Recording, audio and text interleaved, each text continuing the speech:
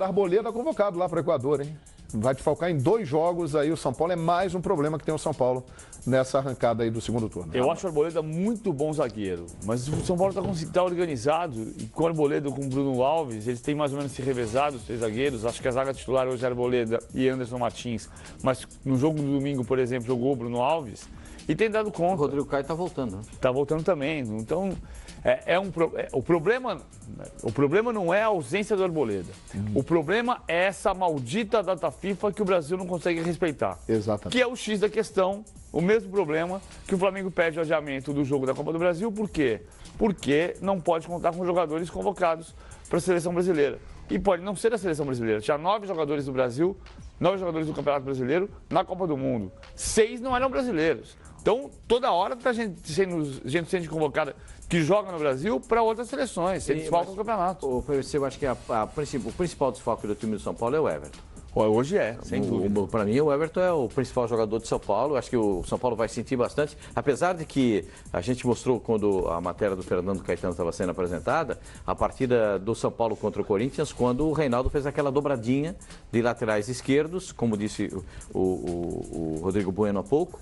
Eu acho que aquele jogo foi emblemático, porque com 2 laterais esquerdos e o Reinaldo mais adiantado, ele faz aquele golaço, que a bola bate na trave e acaba entrando. Ele fez 2 gols naquela partida, né? Tem aquele frango do Cássio. É mais um teste legal pro Aguirre, né? A gente falou aqui, quando eu estava comentando sobre o Loss, que o Aguirre, nesse campeonato, tem feito muitas modificações. São Paulo jogou desfalcado contra o Cruzeiro no Mineirão. São Paulo tinha 3 desfalques de titulares naquela partida. Ele apelou para garotos, jogou Araruna, lateral direito, jogou o Luan, né? Foi a primeira viagem. Nesse jogo do Ceará mudou o volante, botou o garoto das categorias de base de volante. Que já tinha jogado ali contra o Cruzeiro. A gente lembrou do jogo do Corinthians, que ele não tinha o Everton, né? E por isso que eu acho que vai ter essa repetição. Só que dessa vez ele tem um problema dobrado, porque ele não tem o Everton e o Nenê. Por exemplo, o São Paulo não tem o Jusilei. Ali o São Paulo consegue se resolver. Assim como falou o PVC na zaga, não tem o Arboleda. O São Paulo tem ali outras opções boas. Bruno Alves, Anderson Martins, agora até o Rodrigo Caio voltando eventualmente. O São Paulo agora tem o Liseiro de volta, né? Ele cumpriu suspensão. E a gente tá vendo ali, ó, o Lucas Cal, que é do São Paulo, está sendo emprestado, que é zagueiro, está sendo emprestado ao Vasco da Gama. Jogador de 20 anos, 1,86 m, que nas categorias de base até frequentou bem a seleção brasileira, mas não teve chance no time principal do São Paulo. Agora foi ainda é novidade, né? Porque a gente tem a janela de transferência de muitos lugares agora. O Paulinho Boia do São Paulo está saindo também, empréstimo. O São Paulo está emprestando muito dos seus Portugal, garotos. Paulo Boia. Muitos dos seus garotos. O São Paulo está dando o jeito de rodar, já que não vai aproveitar. Mas na zaga, o São Paulo tem peças de reposições boas.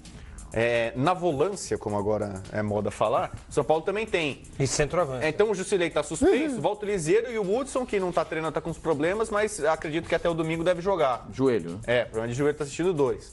Agora, quando você perde o Nenê e o Everton, realmente o Aguirre vai ter que tirar alguma coisa da cartola. E quase tudo que ele está fazendo de improvisação, de mexida, ele tem ido bem. Nesse jogo contra o Fluminense, ele vai ter de novo que fazer alguma coisa. Tem o Everton Felipe agora. O Everton tá aqui, a gente concorda, né? Tá num patamar, né? Mais elevado. Fez muita falta, tá fazendo muita falta pro Flamengo, a gente concorda também.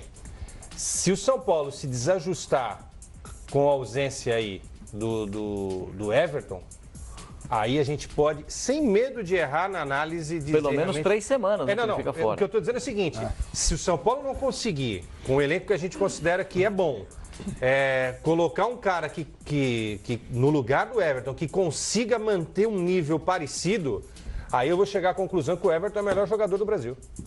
Porque, o cara saiu do Flamengo. Os rubro-negros choram até hoje. O São Paulo é líder do campeonato. O líder do campeonato com ele. Ele joga contra o ex-clube e faz gol importante no Maracanã. Agora tá fora. Eu queria saber o tamanho desse cara, porque em alguns momentos, às vezes eu acho que eu exagero quando eu elogio muito um jogador e exagero quando critico bastante. Aí eu vejo o Romero de um lado e o Everton do outro. Será que o Everton é tudo isso realmente que eu acho que ele seja? Eu acho que é. Ele foi o melhor bom jogador. Pra mim. A melhor contratação. Não foi pra seleção. Foi o outro, que é bom também. Foi o melhor jogador do primeiro turno. Ele consegue aliar... Quem? O Everton? O Everton, pra mim foi. Ele consegue aliar um bom número de gols, ele é o 3º artilheiro, ele só fica atrás do Nenê e do Diego Souza, e é o líder de assistências do campeonato. E você vê, mesmo em jogos em que o São Paulo não tá tão bem, Ele é um motorzinho. Ele joga como bem. taticamente... tem jogador que você fala assim... Lembra o Danilo do Corinthians? Taticamente é muito bom. Tem jogo que a gente nem via muito. O Danilo mas não fez gol, não deu assistência, mas...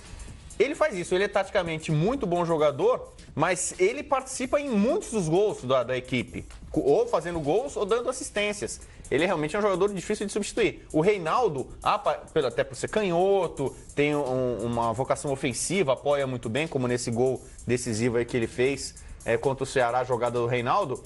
Acho que é o cara mais capacitado para tentar fazer essa função lá do esquerdo. Ele tem poder de marcação, poder de apoio, mas não é o único problema do São Paulo. Como eu falei, vai ter que substituir o Nenê. Aí tem o Shailon, que é um jogador com potencial, mas que muita gente Deve ser o Shailon. Pode ser o Everton Felipe, que agora já é uma opção. É que o Everton Felipe tá chegando. Outra opção, fazer o que ele fez contra o Ceará.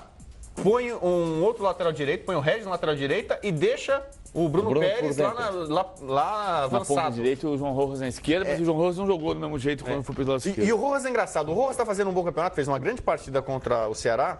No jogo contra o Paraná, que o São Paulo empatou, por exemplo, ele foi muito mal. Ele fez uma partida. Ele é o Marlos Moreno do São Paulo. Porque ele é um atacante que não faz gol. Ele tem um gol pelo São Paulo, foi um gol sem querer contra o Vasco. Mas ele bagunça a defesa do bagunça a defesa do adversário. O Marlos Moreno às vezes também bagunça a defesa do adversário. Só que, por exemplo, esse é um problema para atacante. Atacante que não faz gol. O Rojas, você pega o gol, vê quantos gols o Rojas fez na carreira. Eu não vejo o Rojas como atacante, eu vejo o Rojas como um meia. Mas ele é o cara que joga na frente. Joga de lado, né? Pelo lado do campo. Ele fez um gol no Vasco, aquele primeiro que a bola bateu nele e entrou, né? O Ramiro joga do lado direito e é um volante. Agora, tudo isso para pegar um Fluminense que não terá o Pedro. Nem o Gum. E nem o Gum. O Gum, que é uma referência na defesa, pela experiência dele.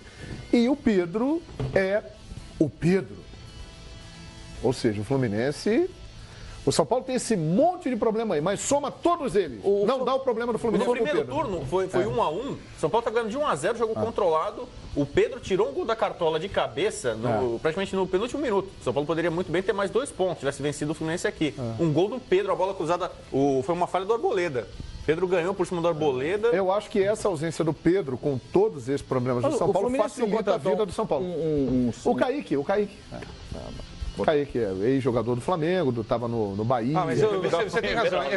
É mais fácil você fazer a reposição do Everton, mesmo a gente achando o Everton todo esse jogador, e ele do que você tentar encontrar um substituto pro Pedro. O Pedro tem um peso maior para o Fluminense, na minha avaliação, do que o Everton para o São Paulo, porque o Fluminense tem um elenco que necessita mais do Pedro do que o Everton do São Paulo. Um elenco mais pobre. Os dois são decisivos. Eu acho que os dois, eu colocaria os dois se a gente está colocando o Everton num patamar, o Pedro também tem. Para mim, o Pedro. Mas pela carência do Fluminense, o Pedro não é mais importante para o Fluminense do que o Everton para o São Paulo? Eu acho que o Everton faz muita falta. O Everton faz uma falta tremenda. Você acha que está no mesmo Mas o São Paulo está redondo, né, gente? Você consegue ainda dar uma ajeitada. Mas aí é o time. O Fluminense tenta, cada técnico, se ajeitar. Vence uma, perde outra, empate, perde, vence. Eu não sei, eu acho que o Pedro faz muito mais falta. Muito mais. Muito mais. Vocês acham? Não, o Pedro é decisivo, mas para mim o Pedro fez um primeiro turno sensacional. O que o Pedro faz no time do Fluminense, cara, ele tem que ser elogiado todos os dias. Ele não tem que ser elogiado um dia. Ele tem que ser elogiado, até machucado ele tem que ser elogiado. Porque ele fazer o tanto de gol que ele fez no time do Fluminense, puxa vida! Jesus! Ele joga, cara que não se intimida, cara que dentro da área resolve, o cara que não deixa o time baixar a guarda. Faz cara feia para adversário. Incomoda o adversário. O moleque é bom mesmo. Eu detesto o centroavante que o adversário não se incomoda. Sabe como é que Que não faz mal a ninguém, né, pastor? O centroavante, tem atacante que não faz mal a ninguém. Centroavante melantônico. Aí acontece nada, acontece nada. Eu detesto o centroavante que não incomoda o adversário. Não faz mal a ninguém. Mas pelo menos joga pelas beiradas, joga. Detesto isso aí. Tecnicamente ele é muito bom. Tem um lance, o Tite estava acompanhando e o Tite falou, nossa, ele joga muito.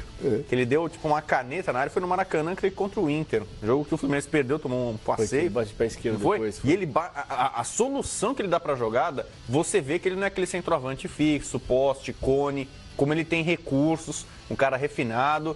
É por isso que você vê o tamanho do potencial desse jogador. Jogador de grande futuro. Tem jogador que você olha assim, o Campeonato Brasileiro já teve artilheiros que... Dimba, Dil, Josiel... jogadores que você... o cara, quanto gol esse cara faz? Mas você vê que o cara, tecnicamente, não é um grande jogador. O Pedro não, você vê potencial. O Giba foi artilheiro do Campeonato Brasileiro. Então, tô falando, a gente teve vários artilheiros até de Campeonato Brasileiro que, tecnicamente, não eram grandes jogadores. Mas no momento ali, não é o caso do Pedro. É isso aí.